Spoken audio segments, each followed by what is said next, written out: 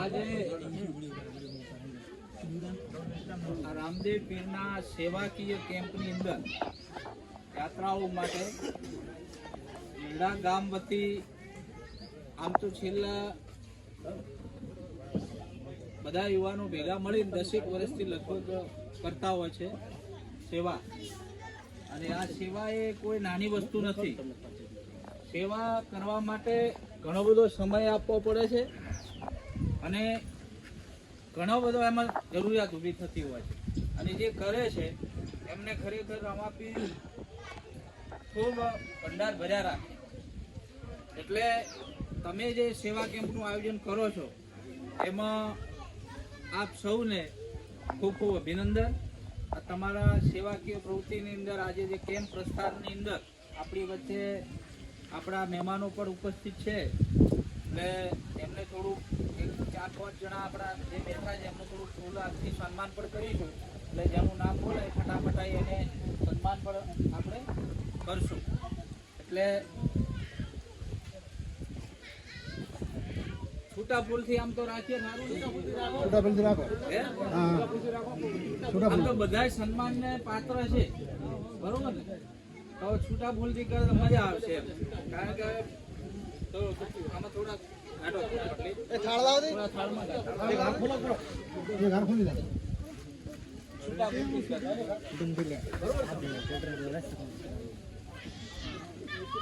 છેલ્લા 10 વર્ષથી સેવા જ્યારે રામાપીરના આ પ્રસંગની અંદર આપ બધા આપો છો એટલે આપ બધાને ખૂબ ખૂબ શુભેચ્છા. ફરીવાર પણ આપણે તમને બધાને અભિનંદન પાઠવીએ.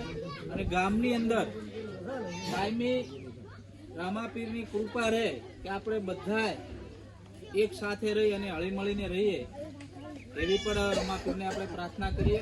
આપણી વચ્ચે દોરાપુરા સરપંચ પ્રકાશજી પણ ઉપસ્થિત છે, તો એમને પણ આપણા તમામ યુવાનોને અભિનંદન પાઠવું. આજે ઝેરડા ગામના નવયુવાનો દ્વારા રામદેવ પીરના મંદિરમાં જે સેવા કેમ્પનું આયોજન પગપાળા યાત્રિકો છે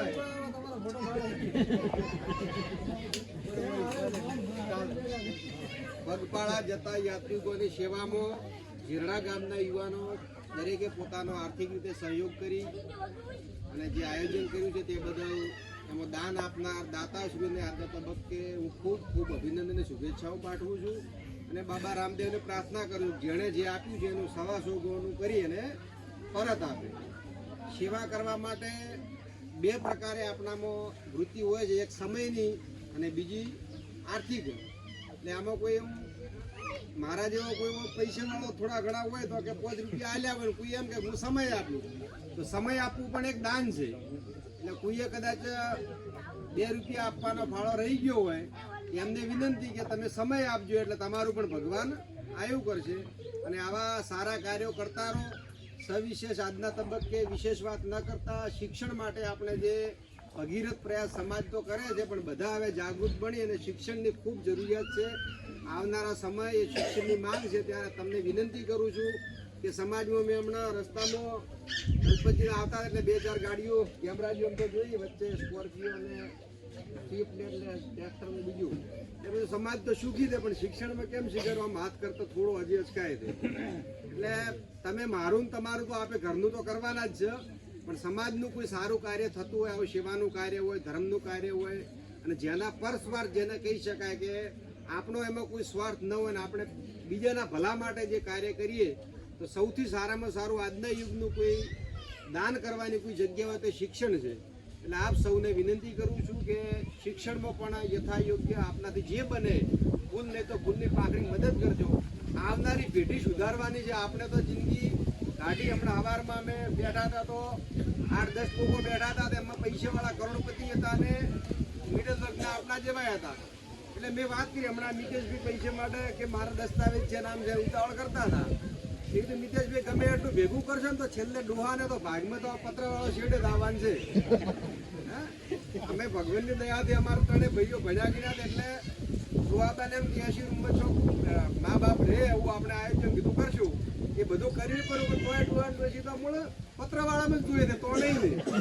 એટલે બધાને વિનંતી છે ગમે એટલું ભેગું કરશો તો છેલ્લે મા બાપ ઘંટી ઉંમર થાય એટલે આપણે પત્રવાળામાં જ રહેવાનું છે. પણ તમે આવી ગયા હું આવી ગયો તો આપને વિનંતી છે કે એના કરતા કોઈ સારું કાર્ય એવું કરજો કે આવનારી પેઢી આપનું યાદ કરે કે આ મારા વડીલે આટલા રૂપિયા અહીંયા સમાજની સંસ્થા બની છે, જગ્યા રાખી છે, તો એ જગ્યા પણ રાખી છે એમાં પણ આપણે સૌ સહભાગી બનીએ. ફરીથી આપ સૌને ખૂબ ખૂબ શુભેચ્છાઓ. બાબા રામદેવ આપના ભંડાર ભર્યા રાખીએ છીએ. જેટલું ભારત આમાં યુવા વર્ગ આજે યુવાનો ઘણી બધા મોટી સંખ્યામાં છે એટલે એક બીજી પણ વાત મૂકવી છે કે તમે શોખ કરો, ધંધો કરો, શોખની સાથે ધંધો કરો, પણ જે બાઇક લઈને તમે જે નીકળો છો અહીંથી જ્યાં ત્યાં તમે જાઓ છો, ફેમિલી સાથે જો છો કે તમે એકલા જાઓ છો, તો બાઇક ઉપર કોઈ મોબાઈલનો ઉપયોગ કે વિડીયા બનાવવાનું બંધ કરી દો અને ફરજિયાત હેલ્મેટ પહેરવાનું રાખો. આજે બધા યુવાનો ભેગા થયા છો ને એટલે કહું છું તમને કે બે દિવસે ઘટનાઓ બને છે. 2 દિવસે કોઈ પણ ઠાકોરના છોકરાની ઘટના આવે છે. 2 વતરો દાડો નથી જતો પ્રકાશ, બરોબર? એટલે બાઇક રાખો, શોખ કરો, પણ આપણે જે એની સેફટી છે એ હાથે રાખો, બરોબર? જેથી કરીને તમારા મા બાપને પછતાવાનો વારો ના આવે, બરોબર ને? પછી આગેવાનો તો બરોબર છે પણ વધારે ને વધારે હેરાન તમારા ઘરવાળા થાય છે, બરોબર? અને હમણાં અમે કાલે જ મોના નારાયણજી બધા આવતા હતા, બળોદરથી ફોન આવ્યો, સરપંચની ખબર છોકરો ગયા વર્ષે જ લગ્ન કર્યા પ્રકાશભાઈ, અને અહીંયા દામાનો ભાઈ હતો ને ત્યાં બાઇક છોડીને એક્સપાયર થઈ ગયો, બરોબર? ફોનમાં આમ ફોન ચાલુ હતો, બરોબર? રામપુરા હવે વિઠુદર પણ નાયેલો હતો. બંનેનો છોકરીનું બગડ્યું, એનું બગડ્યું, પેલા પરિવાર કેટલો દુખી. એટલે એકબીજાને સલાહ આપો, બરોબર? સાથે સાથે બધાને એવું કોઈક શિક્ષણ અપનાવો જેને પોતાની જોડે જેને માનો કે કોઈ એવા વ્યક્તિ આજે નથી કે સાહેબ તમે ના ભણાઈ શકો. હાલે આપણને દાડે 1500 મજૂરી મળી જાય છે.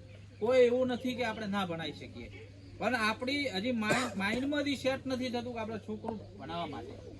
પટેલ સમાજની અંદર કેવું ખબર છે, છોકરું ધંધો કરે છે ને ભણે જાય, કમાય જાય ને ભણે જાય, બરોબર? આપણે એવું હજી નથી. એટલે આવું અંદર ભાઈ ઠસાવવું પડશે. કેવું છે?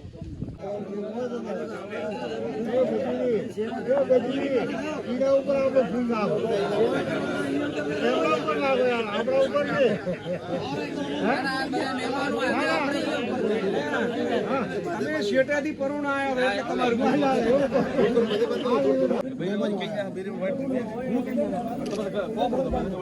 એટલે મોજું હો. હાલો મહેમાનો બધા